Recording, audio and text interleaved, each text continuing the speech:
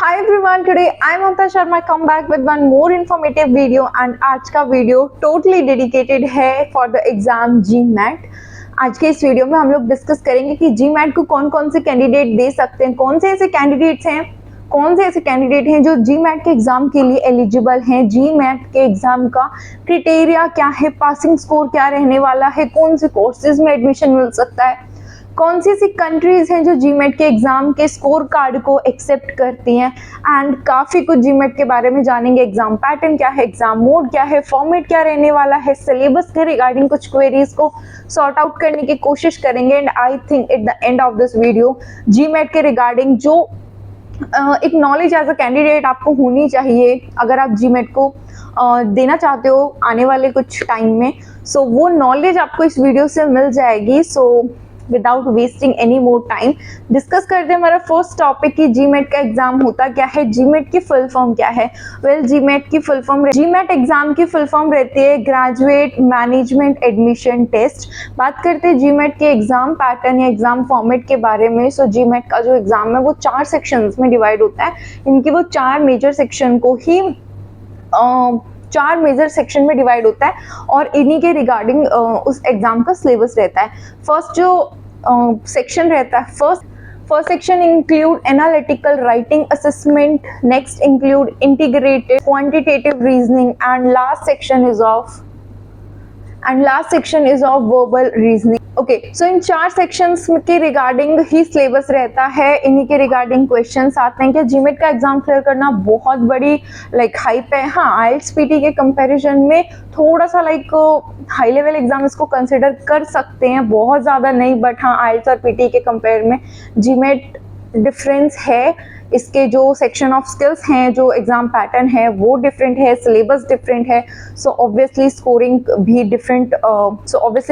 भी डिफरेंट रहने वाली है।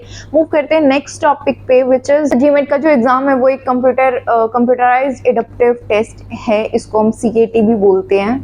मूव करते हैं इसके एग्जाम के सिलेबस पे। सो जैसे कि फर्स्ट सेक्शन था एनालिटिकल राइटिंग असेसमेंट वाला सेक्शन, इस सेक्शन में जो सिलेबस रहता है वो मोस्टली क्रिटिकल थिंकिंग से रिलेटेड रहता है, आपकी राइटिंग स्किल से रिलेटेड रहता है, how well you are. Moving to the next section which is the verb. इस वर्बल रीजनिंग वाले सेक्शन में सेंटेंस करेक्शंस की स्किल, कॉम्प्रिहेंशन, पैसेजेस वाले स्किल्स, कुछ इस टाइप के क्वेश्चन ज़्यादा आते हैं कैंडिडेट को जज करने के लिए। And we will move to the third section which is quantitative reasoning का जो सब्जेक्ट है वो रिलेट करता है मैथमेटिक्स से, प्रॉब्लम सॉल्विंग ट्रिक्स से, स्किल से। सो जो ये वाला सेक्शन है इसमें ये सिलेबस आपका इंक्लूड रहने वाला है। Now we will on the fourth section of reasoning and integrated reasoning का जो सिलेबस रहता है वो उसका सिलेबस कुछ ऐसा रहता है कि एक कैंडिडेट कितना कैपेबल है किसी डेटा में से इंफॉर्मेशन को निकालने में, इंफॉर्मेशन को सिंथेसिस करने में, इंफॉर्मेशन को कितना वो कैंडिडेट एबल है इंफॉर्मेशन को फाइंड आउट करने में फ्रॉम अ डेटा एंड उसको एनालाइज करना एंड देन ये जो डेटा रहता है, इंफॉर्मेशन रहती है, ये डिफरेंट फॉर्मेट में रहती है। सो कैंडिडेट हैज़ टू, और जो क्वेश्चंस रहते हैं वो इस इंफॉर्मेशन पे ही बेस्ड रहते हैं, information based question. Okay, so now we will move to the next topic कि एग्जाम फॉर्मेट क्या रहता है, इसका जीमेट के एग्जाम का फॉर्मेट क्या रहता है, कितने क्वेश्चंस होते हैं। एज आई से कि 4 सेक्शन होते हैं।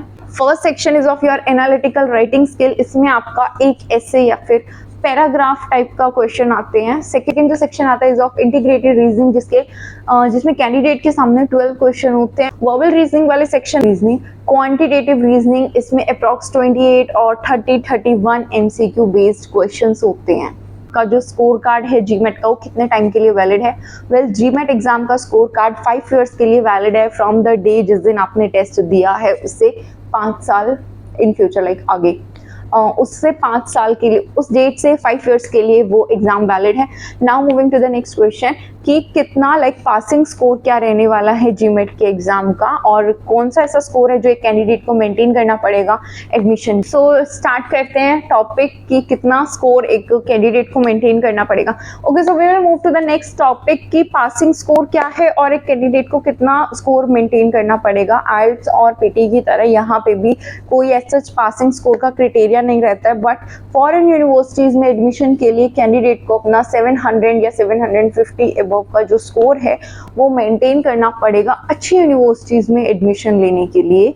Now with this we will move to the next. Okay, तो मूव करते हैं नेक्स्ट टॉपिक पे, विच इज जीमेट एग्जाम की इंडियन करेंसी में फीस कितने रहने वाली है, इंडियन कैंडिडेट्स को कितना फीस पे करना पड़ेगा।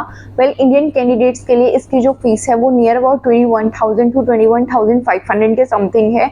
जो एग्जैक्ट फीस है वो आप जीमेट की ऑफिशियल वेबसाइट पे जाके देख सकते हो। जीमेट की ऑफिशियल वेबसाइट है www.gmec.org। I will make sure कि करेक्ट वेबसाइट का जो लिंक है, लाइक ऑफिशियल वेबसाइट का जो लिंक है, वो आपको स्क्रीन पे पॉपअप हो रहा होगा। And with this next topic, which is कौन सी ऐसी कंट्रीज हैं जो जीमेट के एग्जाम के स्कोर कार्ड को एक्सेप्ट करती हैं।